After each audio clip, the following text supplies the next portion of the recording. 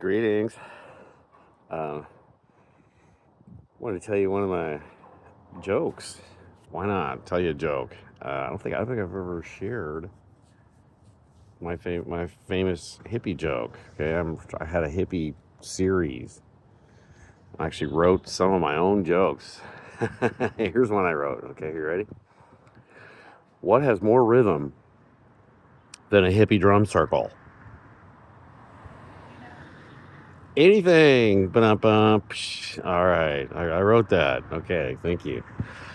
Uh, Today I was on the internet. So I like to check out what's available to people. That's always been my thing. You know what I mean? What is reaching the kind of just not the person who's super smart and savvy and really cool and in their own little cool info circle.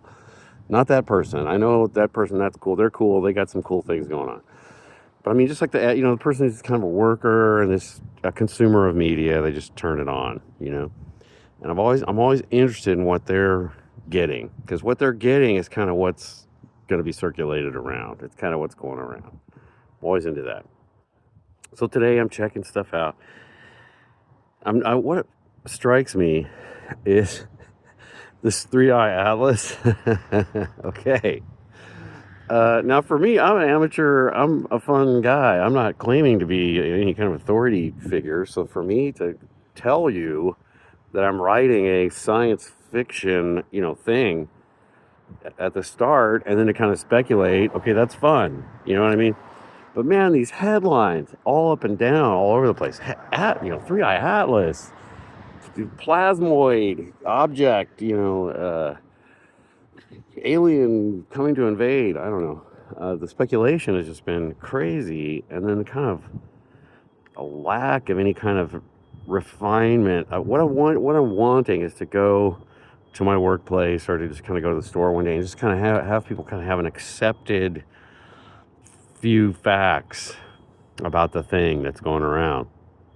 And then they might be right, left, or center. They might have a different kind of take on it.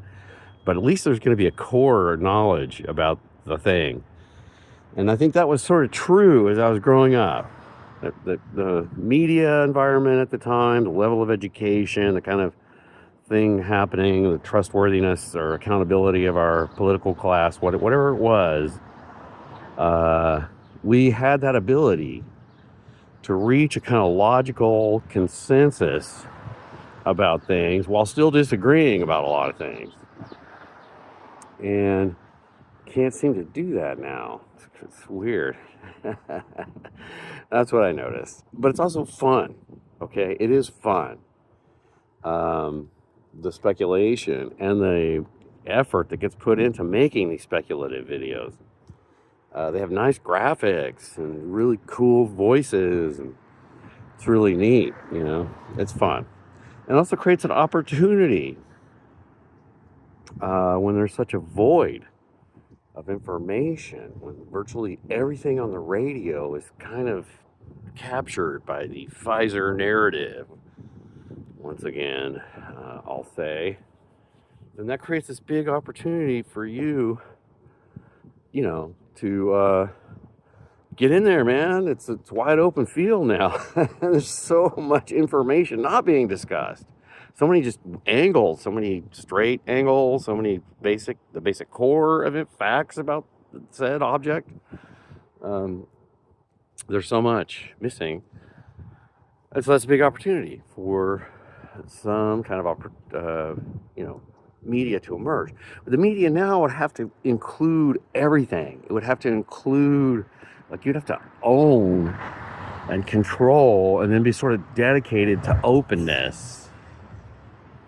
You have to own everything from the kind of, I don't know, investigative structure to the distributive structure to the social media structure, and you'd have to, like I said, be dedicated to keeping that open, keeping that going. You'd have to do it on some sort of, I don't know, a community level. Is it the community that does it? Do we need to start the community portal? Community web portal. Yeah, that's so 90s, right? That's where I'm stuck. But, some kind of community infrastructure that's open and accountable and so forth. So it just can't be taken over by a couple tech bros in Israel or something. You know what I mean? Whatever we say, I'm not. But yeah, that couldn't happen if we had some sort of competing open portal, some support energy into that. I think it's needed. I can see that it's needed. It's still not there. And the radio is really failing also. The radios are still really interesting. It's maybe, like it's the last kind of bastion area of freedom. KPFA is still awesome, still great. I've been a supporter of KPFA for decades. But the capture, has happened. And also a focus on Trump by the security state, our defense grifter apparatus.